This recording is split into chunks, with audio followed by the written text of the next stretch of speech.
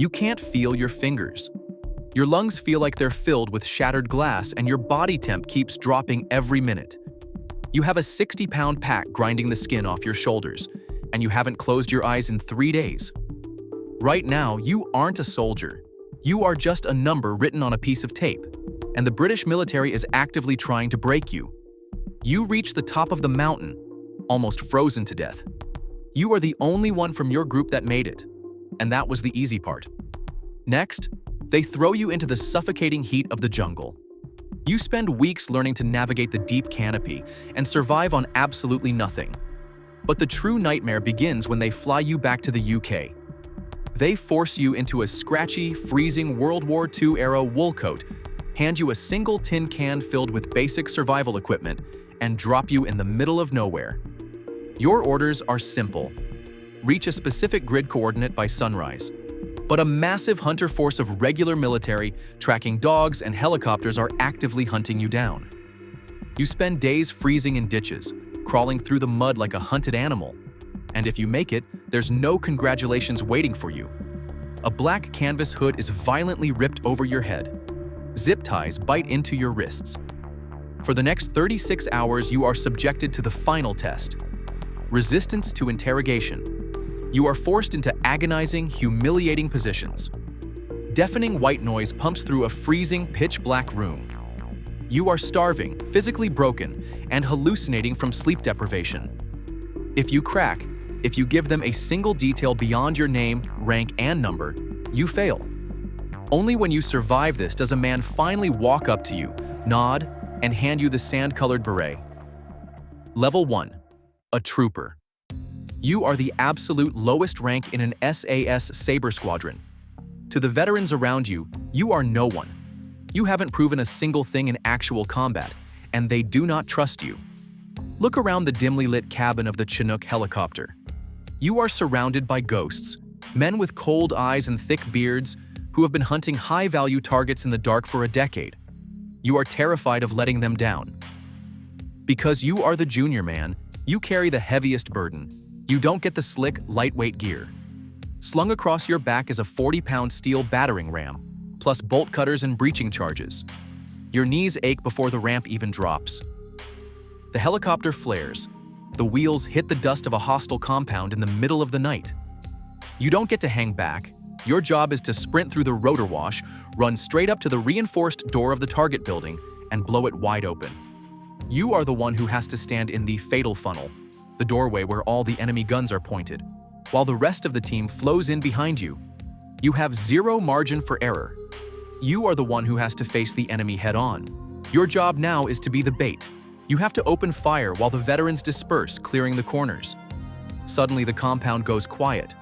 You are still breathing. You survived the breach. You just earned your place in the squadron.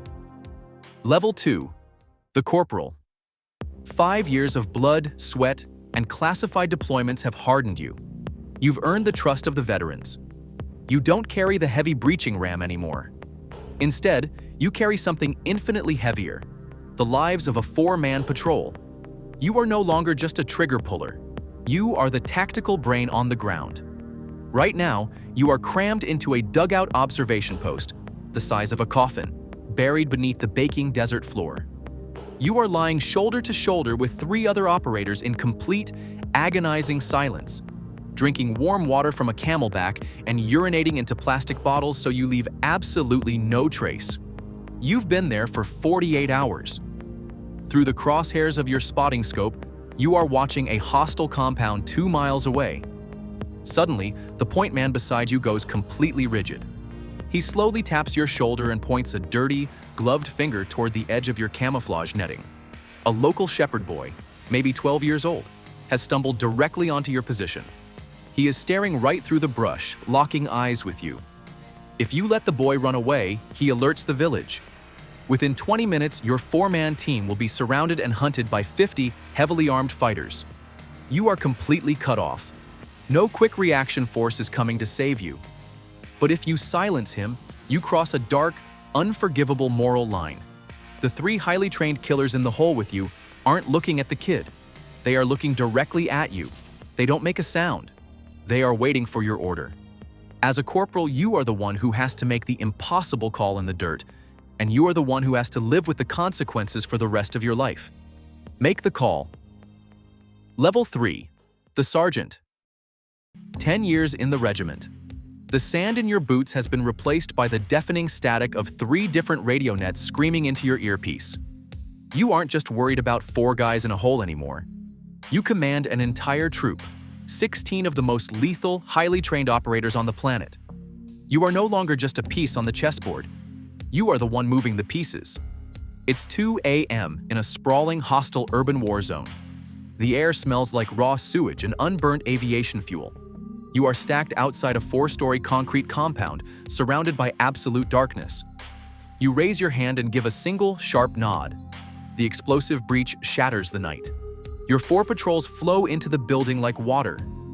You stand in the courtyard, staring at a digitized map on your chest rig, listening to the chaotic symphony of suppressed gunfire, shattering glass, and flashbangs echoing from the floors above. Then, the radio squawks. 2 words cut through the noise and make your blood run cold. Man down. It's the corporal on the 2nd floor, the kid you mentored. He's caught a round in the neck and is bleeding out in a dark hallway. Every primal instinct inside you screams to grab your rifle and drag him out of there yourself. But you can't. If you lose your head, the entire troop dies. So you stand in the pitch black, cold as ice. You suppress the panic. You get on the satellite radio and calmly call in the Apache gunships to level the adjacent building. You coordinate the incoming medevac helicopter. You orchestrate the extraction of 16 men. The hardest part of this rank isn't pulling the trigger. It's listening to your men bleed in the dark and forcing yourself to just do the math. Level 4. Commanding Officer. 20 years in, you are sitting at a polished mahogany table deep underground in London. You aren't a soldier on the ground anymore. You are the man moving the chessboard. On the screen in front of you is a thermal satellite feed of a compound in a hostile nation where Britain is not officially at war. You have a squadron of 60 operators waiting on a dark runway, completely untraceable, carrying weapons with filed-off serial numbers. The Prime Minister looks across the table at you and asks for the green light. This is the ultimate weight of the SAS.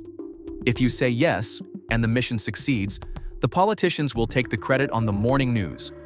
But if you say yes, and it fails, if your operators are killed or captured, the British government will go on national television and completely deny they even exist.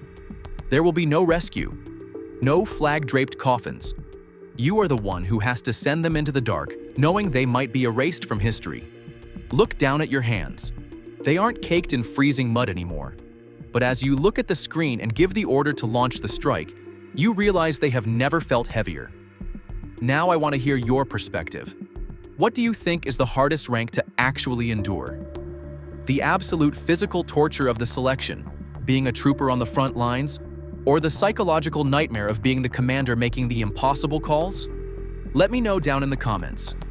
If this video changed the way you look at elite military service, hit the like button and make sure to subscribe. We dive into the dark, terrifying realities every single week. I'll see you in the next one.